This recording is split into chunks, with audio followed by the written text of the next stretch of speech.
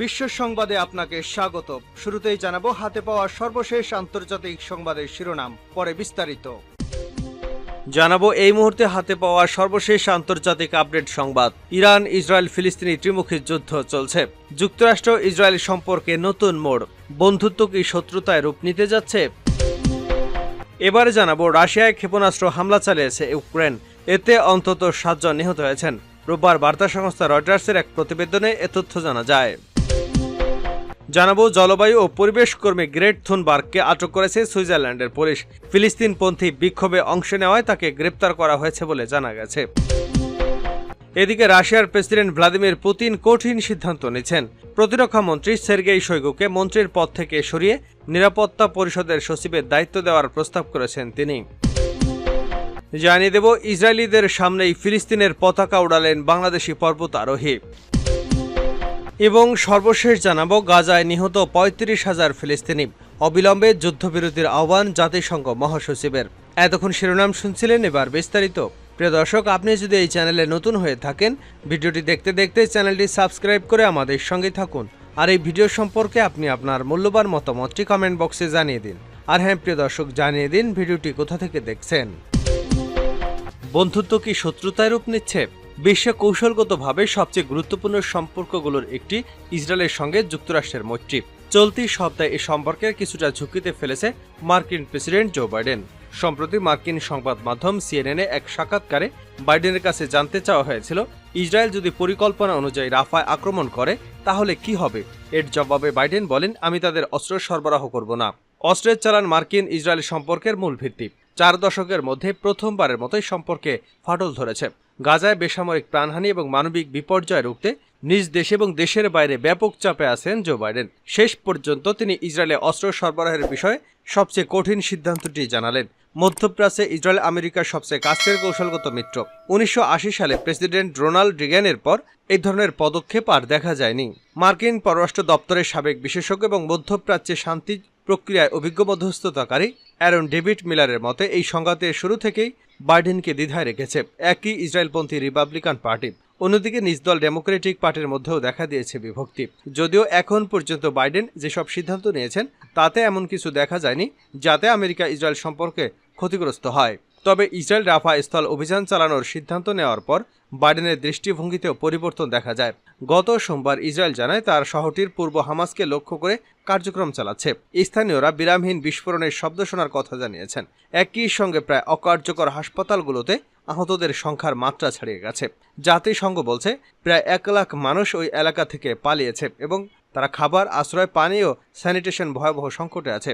প্রধানমন্ত্রী Benjamin Netanyahu বারবার শহরটিতে পূর্ণমাত্রা স্থল অভিযান চালানোর কথা বলেছেন, যেখানে প্রায় 10 লাখ বাস্তুচ্যুত ফিলিস্তিনি আছেন। তিনি বলেছেন, এখানে লুকিয়ে থাকা হামাসের অবশিষ্ট 4 ব্যাটালিয়ন যোদ্ধাকে নিশ্চিহ্ন করতে এই অভিযান জরুরি। যুদ্ধবিরতির কোনো প্রস্তাব সফল হলেও অভিযান চালানো হবে বলে মত দিয়েছেন তিনি।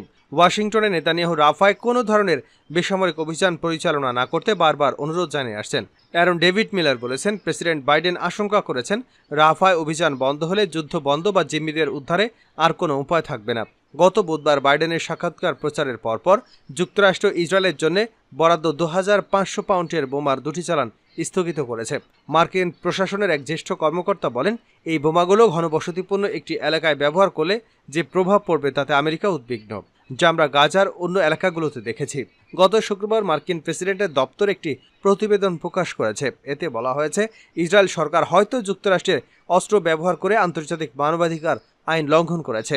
পররাষ্ট্র দপ্তরের বিবৃতিতে বলা হয়েছে, ইসরায়েল যুক্তিসঙ্গত কারণে মার্কিন অস্ত্র ব্যবহার করছে, তবে তারা অসঙ্গতিপূর্ণ উপায়ে ব্যবহার করছে যুক্তরাষ্ট্র সরকারের কাছে যার সম্পূর্ণ তথ্য ছিল না।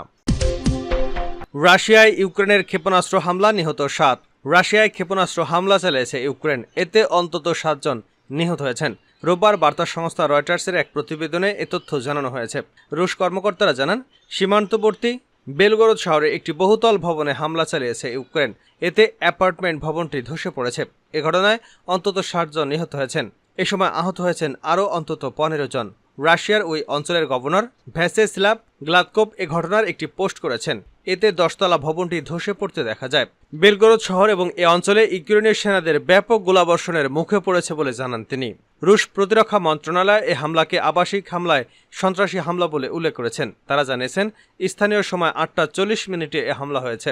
এ হামলায় অন্তত 12টি ক্ষেপণাস্ত্র ছোড়া হয়েছে। রাশিয়ার ম্যাশ টেলিগ্রাম নিউজ চ্যানেল জানিয়েছে, ইউক্রেনের এই হামলায় কী ধরনের অস্ত্র ব্যবহার করা হয়েছে তা স্পষ্ট করা হয়নি। এমনকি এতে পশ্চিমা দেশগুলো সরবরাহ করা অস্ত্র ব্যবহার করা হয়েছে কিনা। এক প্রত্যক্ষদর্শী জানান, হামলায় 10তলা ভবনের পুরোটাই ধসে পড়েছে।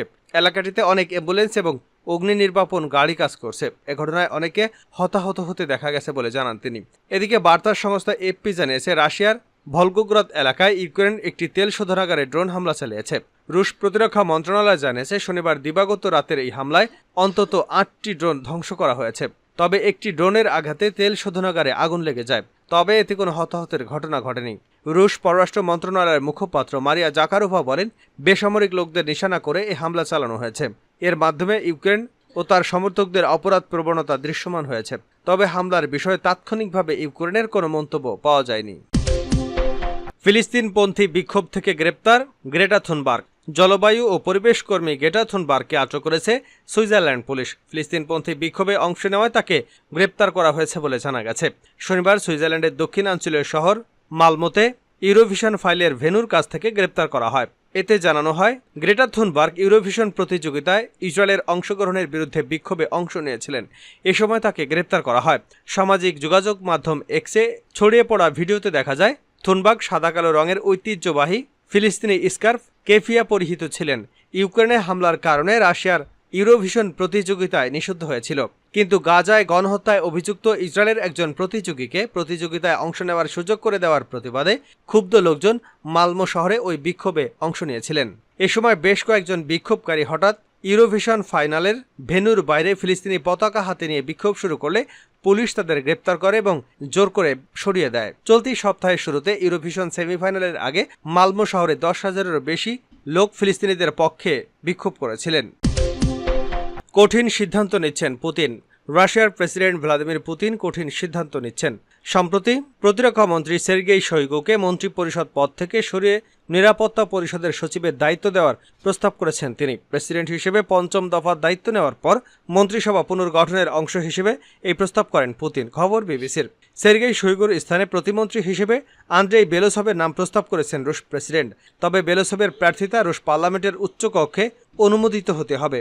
রাশিয়ার আইন অনুযায়ী প্রেসিডেন্ট হিসেবে পুতিনের দায়িত্ব নেবার পর মঙ্গলবার পুরো মন্ত্রিসভা পদত্যাগ করবে। ক্রেমলিনের মুখপাত্র দিমিত্রি পেসকভ রোববার বলেন, রাশিয়ার প্রেসিডেন্ট ইতিমধ্যেই প্রতিরক্ষা মন্ত্রীর পদটি কোনো বেসামরিক লোকদের হাতে দেওয়ার সিদ্ধান্ত দিয়েছেন, কারণ প্রতিরক্ষা মন্ত্রণালয় নতুন নতুন উদ্ভাবন এবং অত্যাধুনিক ধ্যান ধারণা প্রয়োজন।